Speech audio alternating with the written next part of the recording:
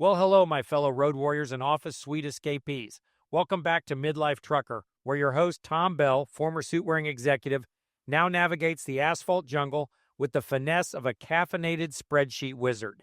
Today, we're pulling out of my humble abode in Shadydale, Georgia, with a load I snagged in Atlanta on Wednesday, destined for the sunny shores of Clearwater, Florida. Delivery window? A leisurely 0730 to 1430 this fine Tuesday. Now let's talk planning. Because unlike my old boardroom days where strategy meant endless PowerPoint slides, out here it's about math, maps, and a touch of clairvoyance. I crunched the numbers, plotted the route, and decided when to roll out to maximize my beauty sleep and minimize my stress. No dispatchers buzzing my phone like overzealous mosquitoes asking, "Tom, you leaving yet? You gonna make it?" Nope. My carrier respects me like the professional I am. They know I've got this. I used to manage press schedules to put out 7 newspapers in a single night. Figuring out a 400-mile run is child's play. All right, folks, welcome to the part of the journey I call the 2-lane limbo, where the road is narrow, the views are postcard-worthy, and the vibe is pure, unfiltered Georgia. Living out here in Jasper County is like starring in your own pastoral rom-com, charming, serene, and occasionally interrupted by a deer staring at you like you owe it money. No matter which direction I'm headed, I've got to navigate these 2-lane state highways before I hit the promised land of the interstate. In this case, I75 southbound, Florida or bust. Now let's talk about the luxury I just enjoyed. 110 hours of home time. That's right. From the moment I finished my post-trip inspection after rolling into my driveway last Wednesday to the pre-trip inspection before pulling out today, I've been living the high life for 4.6 days. For those of you who didn't major in math, that's a glorious stretch of sleeping in my own bed, raiding my own fridge, and not once hearing a CB radio crackle. It's the kind of break that makes you feel briefly human again, like I'm not just a cog in the logistics machine, but a guy who can binge a Netflix series without worrying about a delivery window. But here's the thing. No matter how sweet those hours were, there's a moment when you're out here on these 2-lane roads, the engine humming, the horizon calling, and you realize you're not really underway until you hit that interstate. Merging onto I75 South is like the universe saying, "All right, Tom, time to trade the pine forest for the open road. Let's roll." It's where the trucker's soul kicks into high gear, fueled by diesel and dreams of a perfectly timed run. All right, my fellow asphalt aficionados, we're humming down I75 South, slicing through Georgia like a CFO, carving up a bloated expense report. This stretch always drags me back to my childhood, crammed in the back seat of our family's wood-paneled station wagon, my dad orchestrating our vacations with the kind of precision that would have left Clark W. Griswold weeping in awe. Every state line we crossed, he'd blast the horn like he was auditioning for a monster truck rally, and us kids would lose our minds cheering, like we'd just invented ice cream. Those trips took us everywhere. Yellowstone, the Grand Canyon, that Amish diner with world-famous shoe-fly pie that was frankly pure culinary magic. But this run to Florida, it's personal. When I became a dad, my daughter and I turned I-75 into our sacred route to the Magic Kingdom. Countless pilgrimages to see Mickey Mouse, each one starting with a pit stop at the Florida Welcome Center for that free orange juice and the buzz of vacation mode.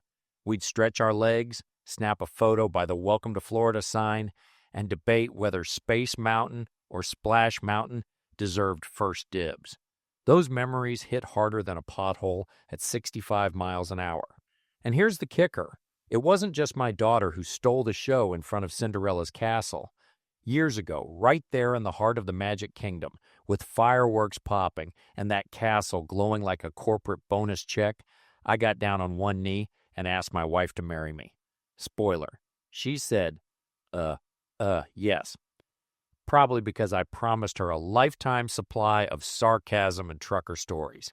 And speaking of Florida, here comes the state line now, creeping up like a deadline you swore was next month. No horn honk today, but trust me, I'm cheering it inside. Crossing into the Sunshine State feels like a victory lap, one step closer to dropping this load and maybe sneaking a glance at some palm trees.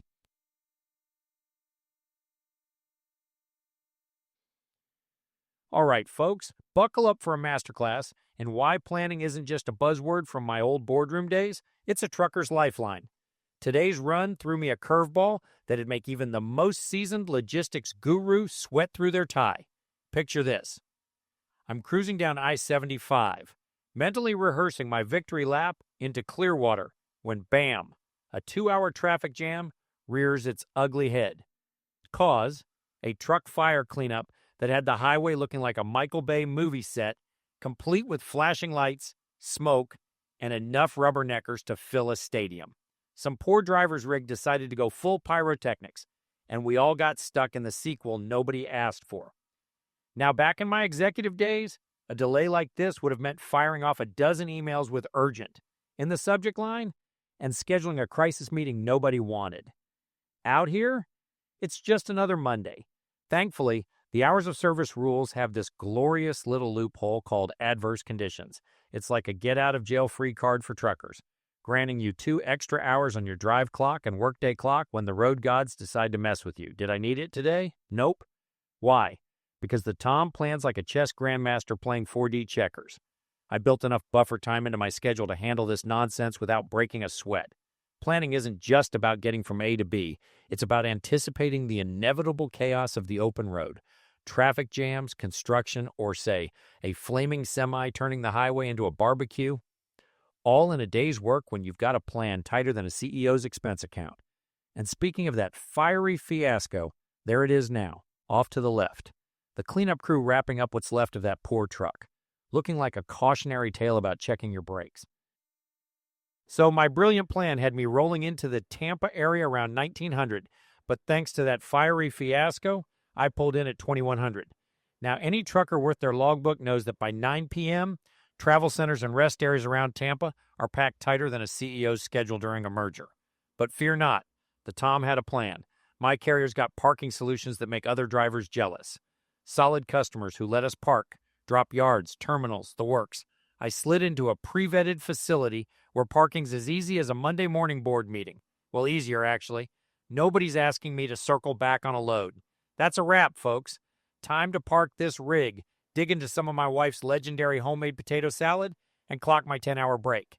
Another day, an easy day, only 418 miles. So wherever you're hauling, whether it's freight, dreams, or just your own baggage, make sure you're enjoying every day at work. Until next time, keep the shiny side up and the sarcasm sharper. Tom Bell, out.